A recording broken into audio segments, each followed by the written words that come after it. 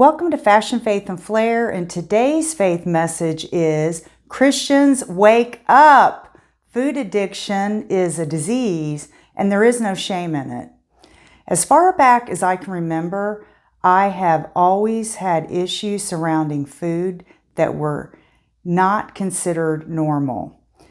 Restricting food to get to that desired weight always followed by unbridled, uncontrolled eating until the next diet.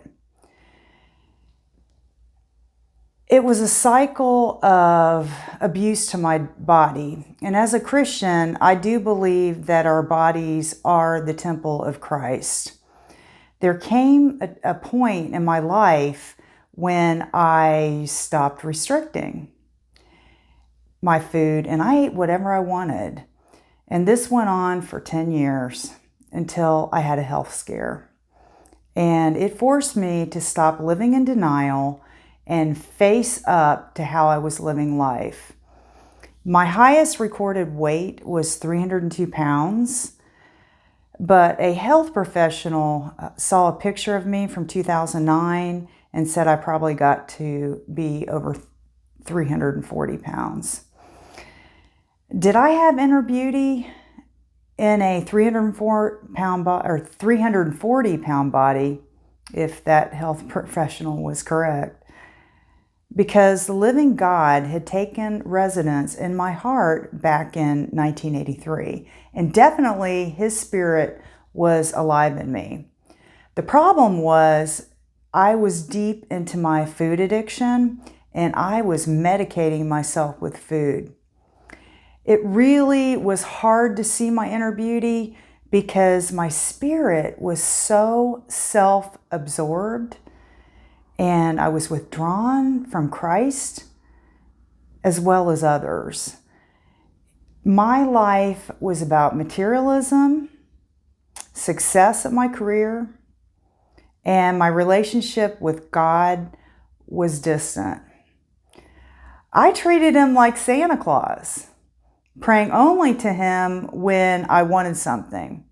And I did not live a life of serving others, like Christ modeled His life when He walked on this earth. So the turning point came when my physical life was threatened, and it was not by my own hand, but certainly I was living a slow suicide by medicating myself with food.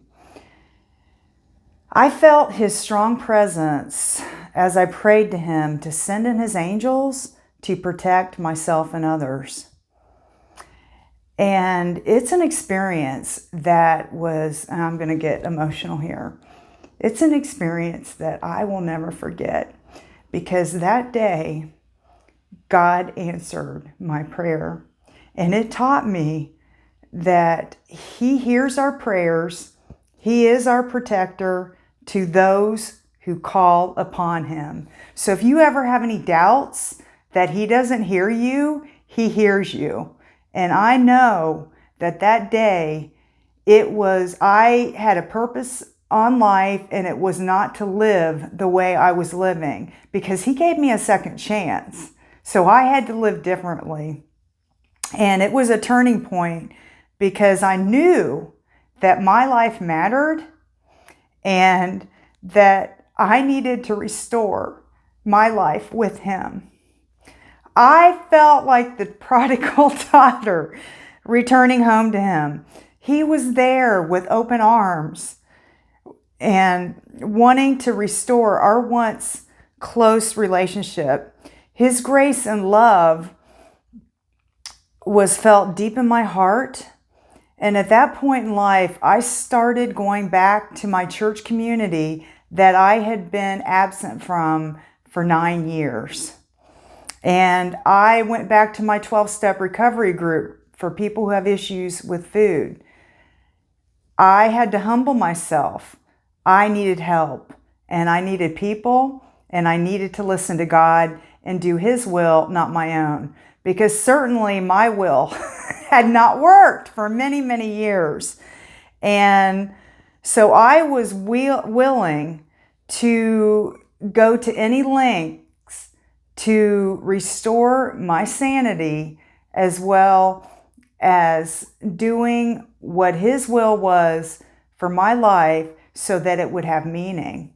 Because when it all comes down to it, materialism, everything outside of ourselves, it doesn't mean a whole hell of a lot. And when I think of a food addiction, it's a disease that people don't understand.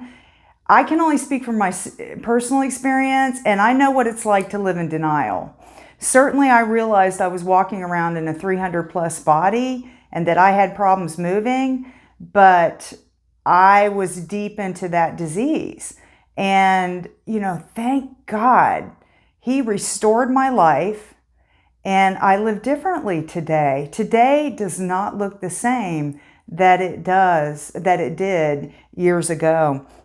And I no longer carry the shame about this disease. I was so ashamed and not wanting to show people the pain that I was going through or what I'd been through. I was embarrassed at the time, and even after I had released a lot of the weight. But I came to the point was, there's no shame in a disease. Alcoholism's a disease. People understand that. Drug addiction's a disease. So is food addiction. And it kills us slowly. And God is compassionate, and He will be there when you reach out to Him and you do the footwork, as they say in program. If you do the footwork and you do what others have done, and you listen to people that have walked the road, then you can recover from it. It is a one day at a time journey. But what I can say from my experience is that I know that there's no shame in this disease. And people are isolating and over it and living in denial. I know what it's like to live in denial. Yes, I knew I was killing myself, but I wanted to put my head in the sand. And when I had the experience that it was not my choice, someone else was going to take my physical life, it made me think, okay, I do really want to live. I don't want to live in a medicated state using sugar and crap food to get through life. I don't want to do it anymore. I don't want to live like that. But I no longer carry shame in the disease or where I've walked in it. And I believe that every single person in this world struggles with something. It may not be food, but it's something. And by the grace of God, I've experienced spiritual, emotional, and physical recovery. And it is a one day at a time journey. And I have to say that when it comes to churches, this is the one addiction that we completely overlook. We encourage it with our potlucks and our sugar, and everything is revolved around food. Now, some people don't have issues with food, and more power to them, but you don't see a lot of churches serving alcohol. Now, some of the more progressive churches, you see that, and alcohol's not a problem for everyone. There are people it is a problem for. But I want people to be aware that a diet doesn't fix the disease. If it fixed the disease, then a lot of us it would have worked for many, many years ago. Diets don't work. They start and end with binges. And if you say, well, I don't understand because I don't have a problem with food, well, there by the grace of God go you. And thank God you don't have it. Because it's a disease of isolation. It's a disease of shame. It can be, but I'm trying to be an advocate for no shame.